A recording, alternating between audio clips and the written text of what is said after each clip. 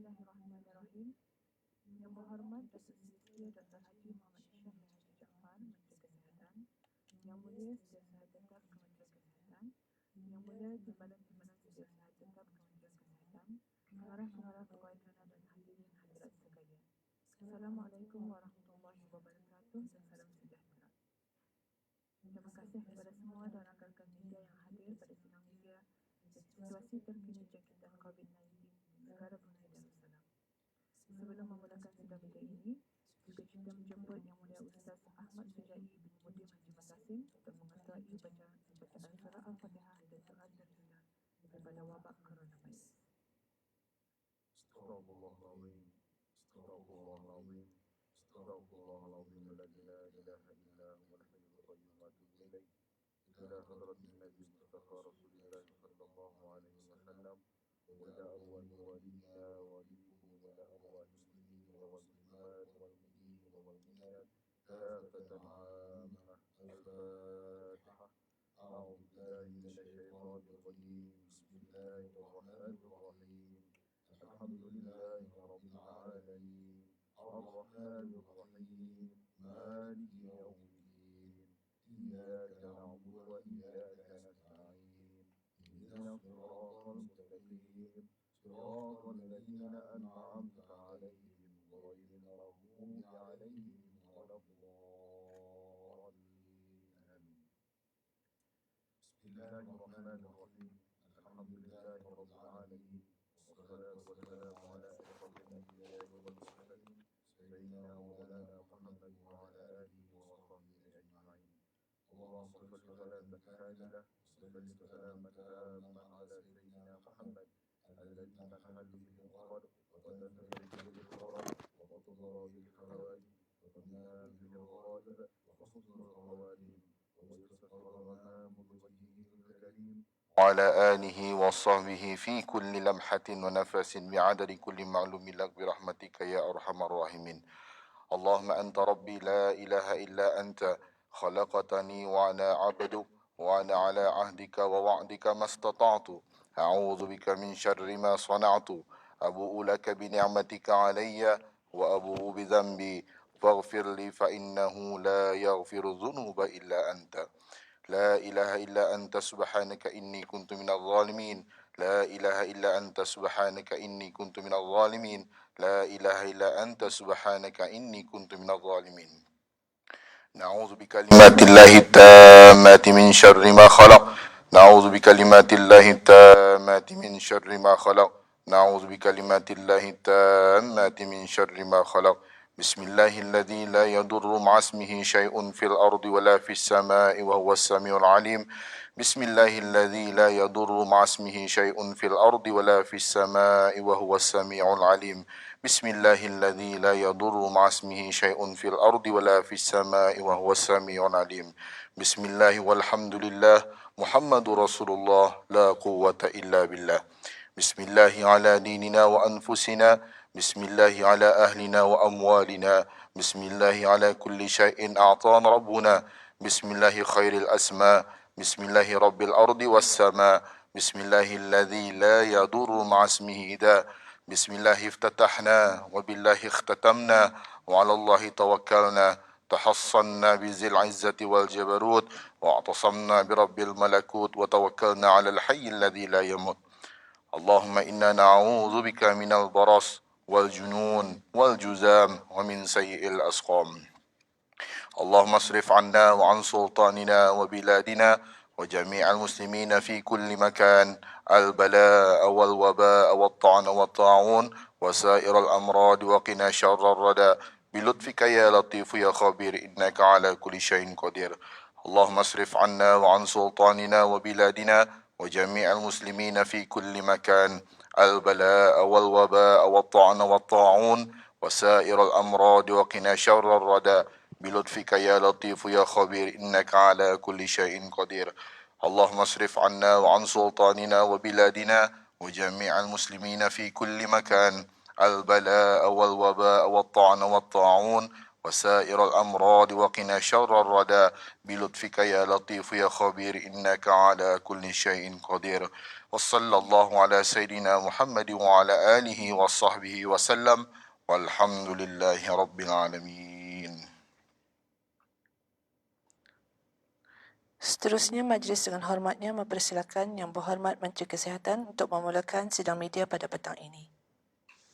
Bismillahirrahmanirrahim. Assalamualaikum warahmatullahi taala wabarakatuh dan salam sejahtera. Pada hari ini, 4 Syakban 1441 Hijrah bersamaan 29 Mac 2020 Masihi, Kementerian Kesihatan ingin memaklumkan mengenai 6 lagi kes baru yang telah disahkan COVID-19 di negara ini. Ini bermakna jumlah keseluruhan kes di negara ini ialah 126 orang. Kes 121 berumur 21 tahun adalah seorang warga tempatan yang telah menghadirkan diri untuk menjalani ujian makmal bagi COVID-19 di Kompleks Sukan Hospital Raja Isri Pinggiran Anak Seleha pada 27 Mac 2020. Kes ini masih lagi dalam penyiasatan. Kes 122 berumur 67 tahun adalah suami kepada kes 116. Beliau tidak mempunyai sejarah perjalanan ke luar negara dan telah mula mengalami batuk pada 23 bulan Mac 2020. Kes 123 berumur 19 tahun telah pulang ke negara ini dari Melbourne, Australia pada 19 Mac 2020 dengan menaiki pesawat Royal Brunei BI 006 tempat duduk 30A. Beliau telah mula mengalami sakit tekak pada 19 Mac 2020. Kes 124 berumur 30 tahun ialah isteri kepada kes 120.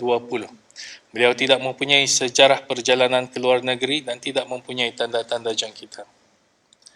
Kes 125 berumur 51 tahun yang telah pulang ke negara ini selepas melancong bersama keluarganya di Thailand dengan menaiki pesawat Royal Brunei BI 514 tempat duduk 34A pada 21 Mac 2020.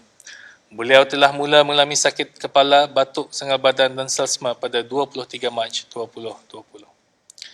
Kes 126 berumur 31 tahun telah pergi melancong ke Austria pada 7 Mac 2020 dan pulang ke negara ini melalui London dengan menaiki pesawat Royal Brunei BI 004 tempat duduk 40D pada 15 Mac 2020.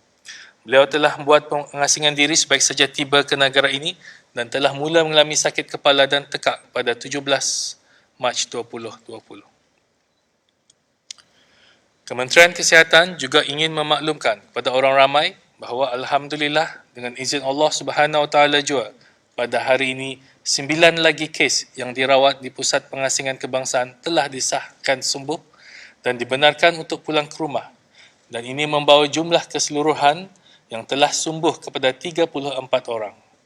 Ini bermakna 91 kes yang masih dirawat di pusat berkenaan. Pada hari ini, 2 kes masih berada dalam keadaan kritikal dan memerlukan bantuan mesin pernafasan di unit rawatan intensif di pusat tersebut. Manakala 3 orang lagi memerlukan pemantauan rapi dan selebihnya dalam keadaan yang baik. Sementara itu, pada masa ini seramai 917 orang sedang menjalani kuarantin menurut Akta Penyakit Berjangkit Penggal 204. Manakala seramai 1,298 orang telah pun menamatkan tempoh kuarantin dan dalam keadaan yang baik. Sejak awal Januari 2020, sebanyak 5,656 ujian makmal COVID-19 telah dijalankan. Untuk pengetahuan orang ramai, penyakit COVID-19 yang melanda di negara ini, statistik menunjukkan kebanyakan kes-kes positif yang dikesan adalah tidak menunjukkan sebarang simptom. Lebih kurang 46%.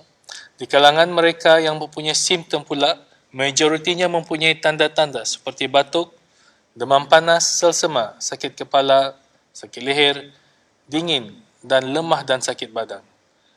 Manakala kebanyakan metodologi jangkitan COVID-19 yang dikesan di negara ini ialah melalui kes-kes yang diimport ataupun imported cases dan melalui kontak-kontak kes terdekat ataupun local close contact. Sementara itu, jumlah kes COVID-19, bilangan lelaki yang dijangkiti ialah 77 orang dan bilangan perempuan adalah seramai 49 orang. Seterusnya, Kementerian Kesihatan ingin sekali lagi menekankan betapa pentingnya untuk semua pihak termasuk orang ramai terus sama-sama meneruskan langkah-langkah kewaspadaan serta tidak leka dan lalai dengan amalan-amalan kebersihan diri dan penjarakan sosial atau fizikal social or physical distancing sebagaimana yang telah dinasihatkan sebelum ini.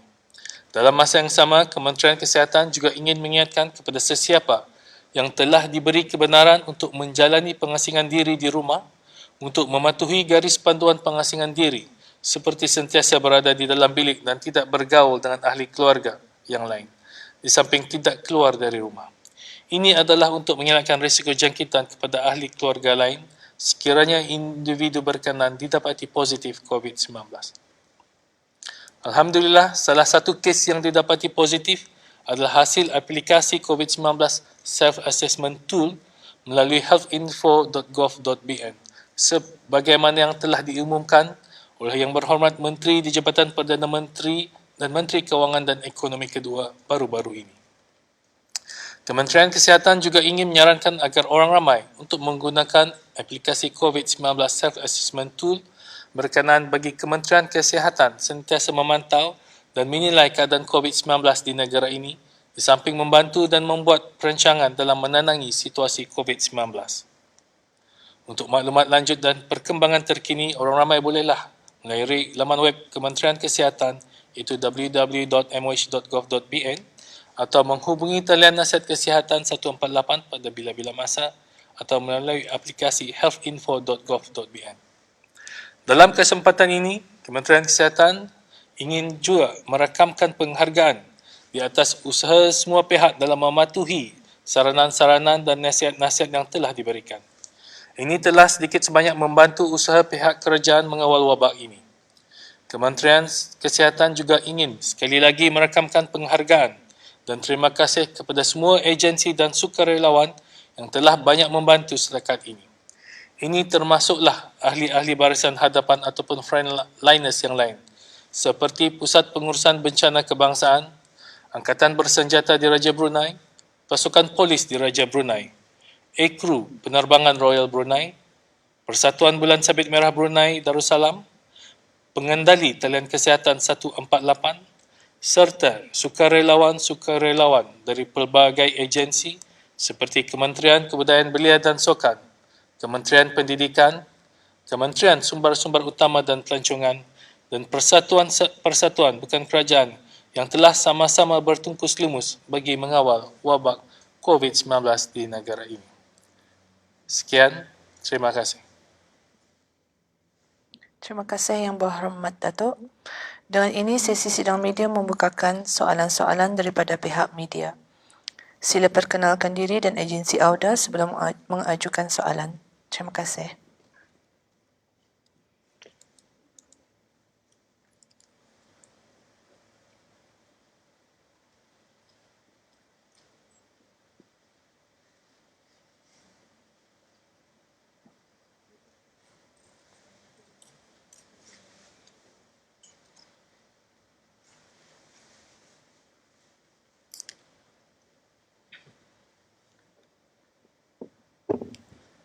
Assalamualaikum, Rano from Rano Adidas. Yang Berhormat, I just want to ask, yang patients yang sudah recover tu, do any of them have pre-existing conditions? Yang sudah disahkan sembuh lah. Yes. Some of them ada. But I don't have the figures now, but yes.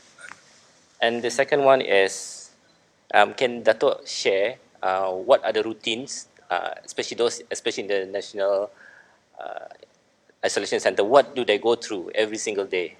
Like temperature check, what do you provide them apart from the food?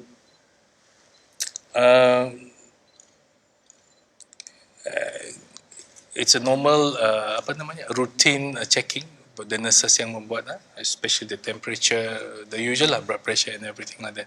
So basically, diorang dipantau lah. There's no anything specific pulang kalau yang sihat lah. kecuali yang di intensive care lah tu, yang pemantauan rapi atau lain lagi tu, they have a drip, and yang close monitoring itu, we sometimes have to check the input outputnya vigorously dan sebagainya lah. And then the last question is, I don't know whether it's a bit personal, but I know it has been 21 days since the outbreak, and I know the Ministry of Health has also been prepared for this for many, many months. Many even have praised Yang Berhormat and also the team from the Ministry of Health in handling the situation. But at the same time, a lot of people also concerned of the well-being of Yang Berhormat. You know, so I want to know, how do Yang Berhormat Dato' cope with the situation mentally, emotionally, and physically?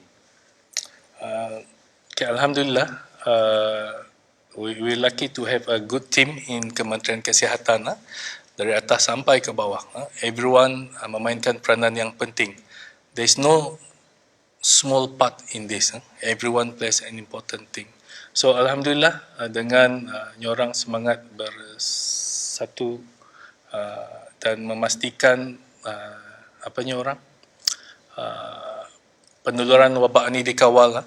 So everyone, not just di Kementerian Kesihatan, all other agencies, kementerian-kementerian lain, especially nyorang at the back, we work very closely with other ministries dalam menenangi wabak ini since January.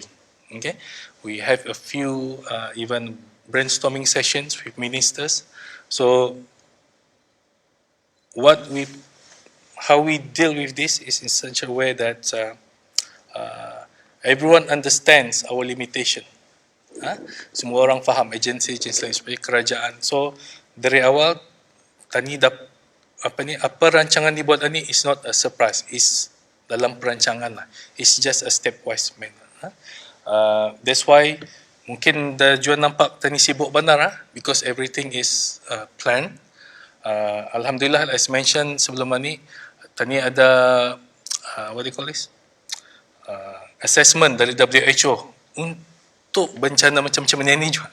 They were assessing us last year in bulan 10, and that's why agency lain know what to do, especially NDMC, Polis, Angkatan Bersenjata, dan juga kementerian yang lain macam MPRT, MTIC, Kewangan.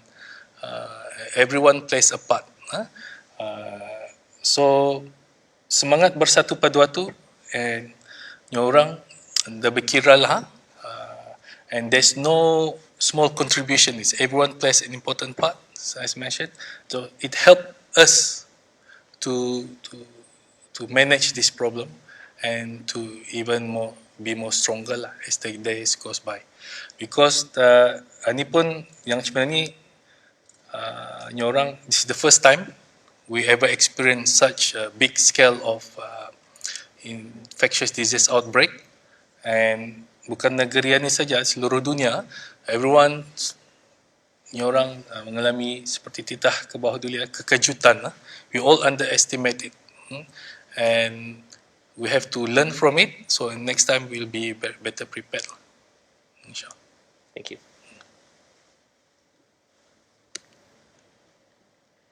Assalamualaikum warahmatullahi wabarakatuh. Dato', I'm Rasidah from the Scoop. Dato', I would just like to clarify with you, patient number 121, does he have any link with any of the cluster or travel history?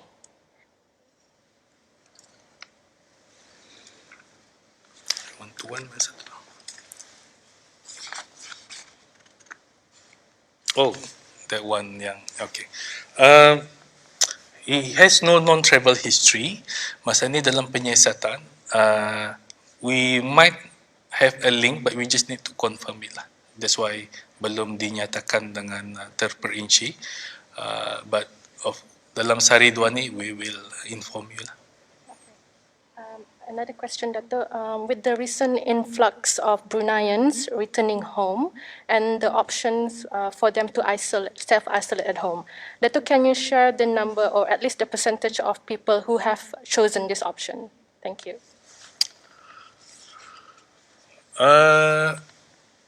I don't have the number of the self-isolation now, but there is, I can't remember, I'm not sure. Self-isolation berapa? Yang dirumahkan Yeah, we have the number, but I don't have it now. But I can't remember actually. But oh yeah. But apa yang penting yang di rumah ni seperti dinyatakan, mestinya orang berupayalah membuat pengasingan diri ni ya. Dan kemudahan itu sepertinya orang bilik sendiri dan kalau boleh toilet aksesnya sendiri.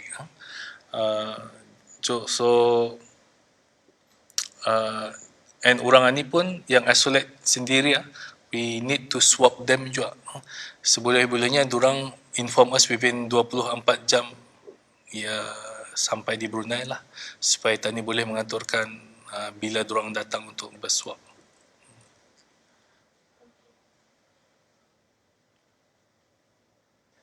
Assalamualaikum warahmatullahi wabarakatuh. Saya Lena Suhaimi dari Radio Television Brunei.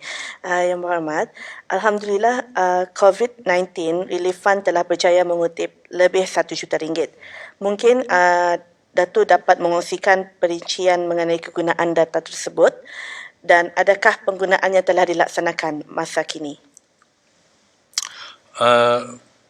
Alhamdulillah, seperti yang berhormat Datuk Dr. Amin nyatakan semalam, orang di Brunei walaupun penduduk tani kecil dengan this Brunei spirit, Alhamdulillah orang kata ni dermawan lah, dan dengan adanya fund ni ia akan digunakan untuk mostly apa ni orang for the upcoming hospital dengan membeli equipment yang ada. So masa ni belum pulang ditentukan berapa, but we have a lot of flights coming from China from last few days and the next coming few days. So ditentukan berapa. Of course, 1 juta lebih itu tidak belum mencukupi ya. What we've bought untuk keperluan menenang ini is more than that. So walau begitu ya, alhamdulillah dapat juga orang menampung sedikit sebanyak. Dan tani pun should be bangga lah that tani the small contribution will help the government.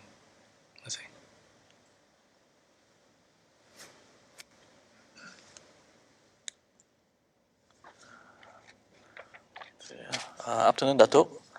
Just want to ask about the case, the self-assessment that the person had found that he or she have the COVID-19. Can you explain a little bit about this? Yes, this particular student actually, ia datang sebelum tani mengisolate compulsory ya. So she's been isolating di rumah pulang she's got the keluarga have the appropriate facility, but unfortunately towards the end of the quarantine or isolation she has symptoms. So with that symptoms, she went to the app and answer all the questions. And from the questions, the computer generate her risk, and her risk said, "Oh, you must go for hospital check." That's why she went for the hospital check. So alhamdulillah, so it'll help the ministry juga in terms of orang triaging this kind of patient. So with this kind of app, it'll make them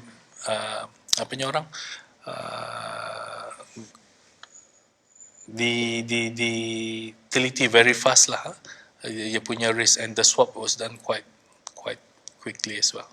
So digalakkanlah orang ramai So siapa saja, terutama yang datang ke Brunei sebelum tani membuat mandatory isolation.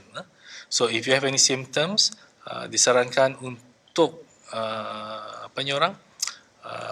membuat self assessment ni. Dan di samping itu, orang rasanya contact to the positive case kah, or unsure kah, boleh juga. So digalakkan. So the more you use it, so making smarter juga the application as well. One more question about we have seen people wearing fabric face masks and also glove in supermarket and public. Is it an effective way of curbing spread of the COVID-19? Firstly, dalam penggunaan mask, so sebelum ini pun Kementerian Kesihatan ada menyarankan penggunaan mask kalau boleh untuk orang yang mempunyai simptom saja. Kalau orang batuk ke atau selesema, if they need to go out. So, but if you want to use it, it's your choice. But from the Ministry of Health side, tani mo penggunaan ni secara control as well, because the stock also limited. We don't want membazir unnecessarily. Takut frontliners who are really needing it di kemudian hari dapat dapat mask. Okay, so and mengenai dengan fabric, how useful it is you should do a test. When you have a fabric, you try to blow air or something. If you feel it goes through, that's not going to protect you much. Okay, so that's a simple test lah. Because the idea of mask is trying to prevent you from menjangkiti orang lain rather than you terjangkit from the mask. Because the mask, the surgical mask, ia ada 3 layer, what you call a 3-ply. Okay, di dalamnya tu macam kain, that's for your comfort. Di tengah-tengahnya is the filter, and di luarnya is macam a covering, macam plastik lah. So if you cough or no, so this will prevent it. Okay, but the problem with wearing mask, the worry is we keep menjangkau ni. Malar dipegang, terturun ke, malar dinaikkan. So the outer bit atau it tend to collect droplets dari orang ramai. So there's a big concentration of droplets to keluar. So kalau di malar dipegang-pegang, you will infect your hands. And then once you touch your eyes lagi, kemudian di sana ia boleh menjangkit. So if you wear mask, so you just have to be careful and keep remind yourself not to touch. And there's always worry about airborne. Since you mentioned it, I'm going to mention. There are papers in the journal is mentioned about aerosolization, which is different from airborne. Okay, aerosolization ni maksudnya when they did an experiment, disemburnya this virus, how far and how long they can stay on air. Okay, but this is not the normal process. Macam tadi bercakap ini. Kalau berasin, yes. Okay, so that's why it's not a strict airborne. That's why it's not compulsory at the moment. Apa yang saya tahu lah, untuk tahu. Kemudian there is no new information. But masa ni, dah disarankan semua orang memakai mask lah. Okay, so ada beza tu, airborne dengan aerosolization, two different things. Okay, so yang penting yang aerosolization ni, the importance of pentingnya that study itu is for medical people. Okay, in medical procedures aerosolization ni banyak. Okay, orang ENT buat nerupung, orang pakar bios memasukkan tube. These procedures all have aerosolization process. So if this is mandatory for all doctors to wear at least minimum surgical mask. Okay, so that's why the study is done.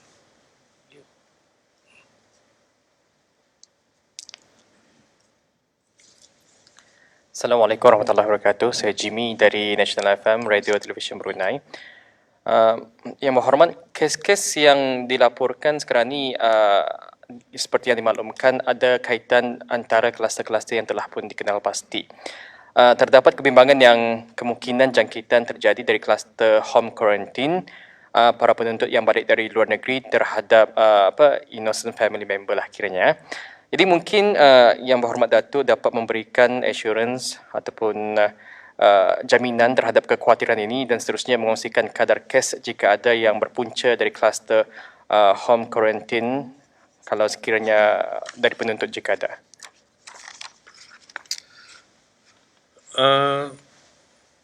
When dah semestinya quarantine saja nak, even isolation.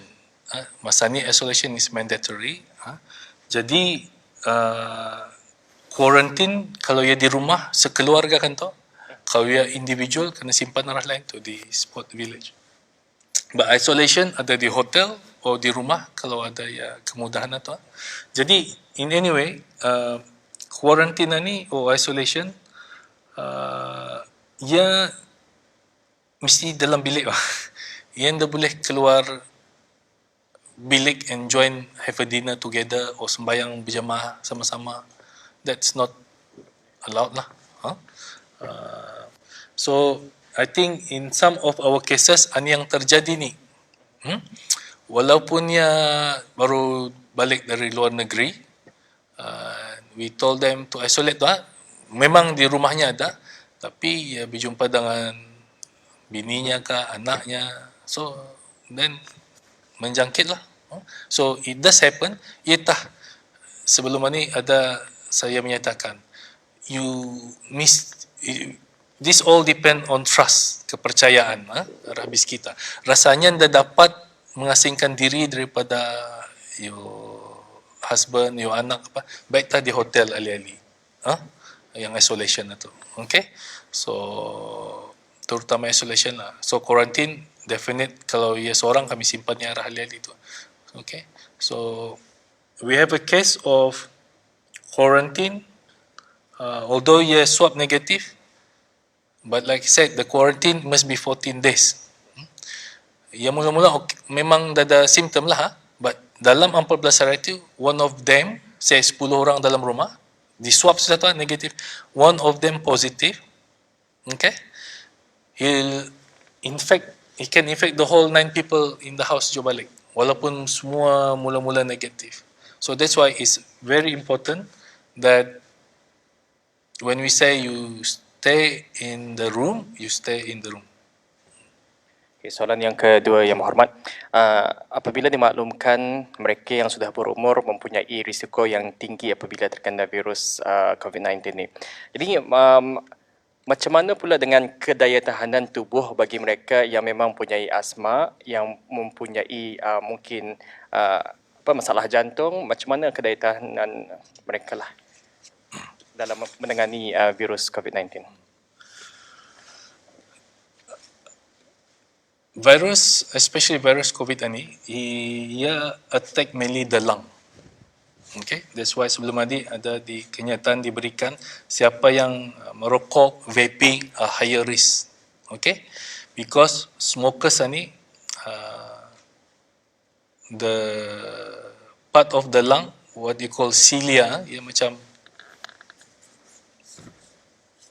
rambut damit lah, ia mengkontrol the movement of secretion and membawa abuk-abuk balik ke atas. But most of the smokers, this is spoiled. So, durang dah dapat memprotect the inner bit of the lung. Jadi, that's why risiko for smokers dan orang vaping adalah tinggi. Dan selain itu juga, orang yang mempunyai masalah paru-paru, seperti asma, ia sudah ada masalah, ditambah ni memang risikonya lebih tinggi lah daripada orang yang ada masalah asma. Cuma tu juga dengan masalah jantung. Kenapa jantung? Seperti kita tahu jantung ni is pengawalan darah dan tekanan darah. Jadi kalau kita ni lung tani itu kena infection, yang dah lagi lembut, dia akan mengaras. Dan ini sedikit sebanyak akan mengganggu aliran atau tekanan darah di dalam jantung, especially pada paru-paru. Bila ini tinggi, ia akan menyebabkan sukar untuk jantung orang dalam pengawal tekanan darah, terutama sekali bila jangkitan itu orang merebak sudah ke seluruh macam dalam darah lah, sepsis. So jadi orang yang punya risiko terutama sekali masalah paru-paru dan jantung, even kidney failure, mesti pandai menjarakkan diri atau menjauhkan diri daripada orang-orang yang berisiko COVID ini.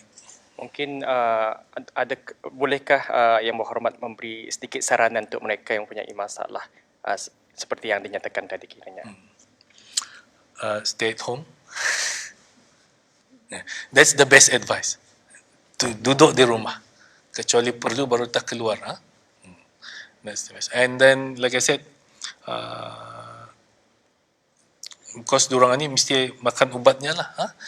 So, kalau ada ubat tekanan darah dikawal. Sebab, kalau ada sudah jangkitan, yang lain sistem lagi ada masalah, payah badan itu cuba mengawal the whole ecosystem. Okay. So, the best advice would be yang berisiko tinggi, you stay at home. Terima kasih, Yang Berhormat. Terima kasih atas soalan-soalan yang diajukan dan terima kasih juga kepada Yang Berhormat Datuk atas penjelasan yang diberikan. Dengan ini kita tutup sidang media pada petang ini dan sekali lagi mengucapkan ribuan terima kasih kepada semua rakan-rakan media yang hadir. Sekian wabillahi taufiq wal hidayah. Wassalamualaikum warahmatullahi wabarakatuh.